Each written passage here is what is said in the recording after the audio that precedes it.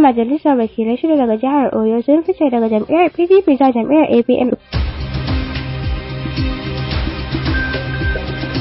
Gwamnatin Najeriya ta fara shirye-shiryen kwaso 'yan ƙasar sama da 1,000 daga ƙasar Afirka ta Kudu.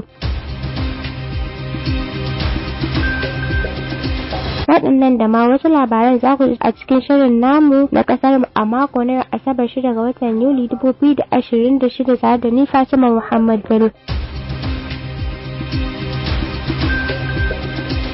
Gwamnatin Najeriya ta fara shirye-shiryen kwaso 'yan ƙasar ta sama da 1,000 daga ƙasar Afirka ta Kudu a daidai lokacin da aka fara samun tashin-tashina da zama ɗaɗɗai saboda nuna adawa ga baƙi da 'yan ƙasar ke yi. Wannan yunƙurin na zuwa ne bayan ƙasar Ghana ta fara kwashe 'yan ƙasar ta bayan sun fuskanci barazana daga zanga-zangar da 'yan Afirka ta Kudu ke yi, inda ake fargaba za su iya farautar baƙi 'yan ƙasashen waje. A ranar Alhamis ne aka fara tantance 'yan Najeriya da suka nuna sha'awar komawa ƙasar su kamar yadda kakarin ma'aikatar harkokin wajen Najeriya da Mabiya Ebimfa ya shaida wa AFP a ranar Juma'a. Muna sa ran fara kwashe kusan mutum 1,000 duk da cewa ba mu da hakikanin adadin waɗanda za su kwaso, sannan mu shiga yarjejeniyar da hukumomin ƙasar kan barin waɗanda suke da matsalolin biza da suke da sha'awar fishewa daga a ɗaga musu ƙafa su fice maimakon a tsare su. Ana dai fargabar farautar baƙi ne a ƙasar Afirka ta Kudu bayan wata ƙungiya ta ba 'yan ƙasashen waje wa'adin zuwa ranar 30 ga watan Yuni su fice daga ƙasar.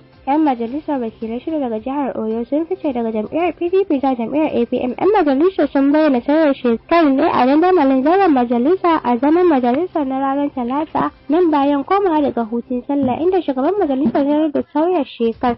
'Yan majalisar sun hada da Anthony Adebayo da Adeje Olajide da Sunday Makajola da Wayadije Oyashina da Fola Ayakulle da kuma Adegun Adekunle. A 'yan makonnin da suka gabata ne dai gwamnan jihar ta Oyo sai makin da ya sauya shekara zuwa jam'iyyar ta APM. Ƙungiyar ƙadago ta NLC ta yi watsi da sauyin karancin albashin na naira miliyan 1 da ƙungiyar gwamnoni suka yi. Ƙungiyar ta ce idan aka yi duba da halin da ake ciki na tsadar rayuwa a ƙasar, ya kamata akalla a rika biyan ma'aikata mafi karanci albashi na naira miliyan 1.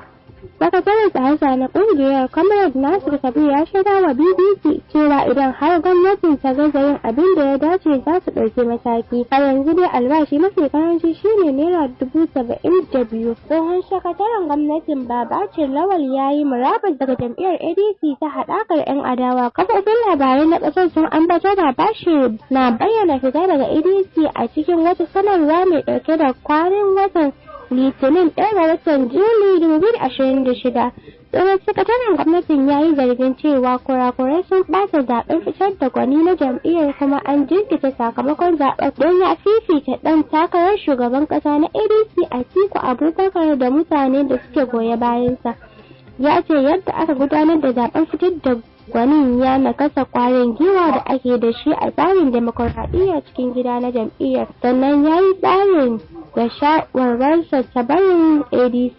Babacir ya ce ba zai iya ci gaba da zama a jam'iyyar da in ji shi aka mayar da halattattun 'yan siyasa da suka yi nasara ba, sannan aka maye gurbinsu da wasu shafaffu da mai.